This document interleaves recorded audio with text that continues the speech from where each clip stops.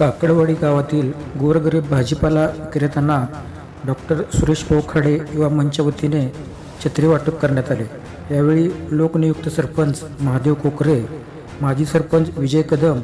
रोजगार हमीचे सदस्य आप्पा पाटील, माजी सरपंच वैशाली पाटील, उपसरपंच श्रीकांत पाटील,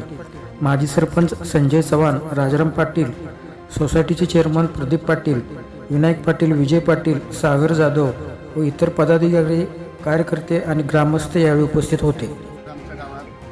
माननीय सांगली जिल्ह्याचे पालकमंत्री नामदार सुरेश पोखाडे यांनी फळ विक्रेते,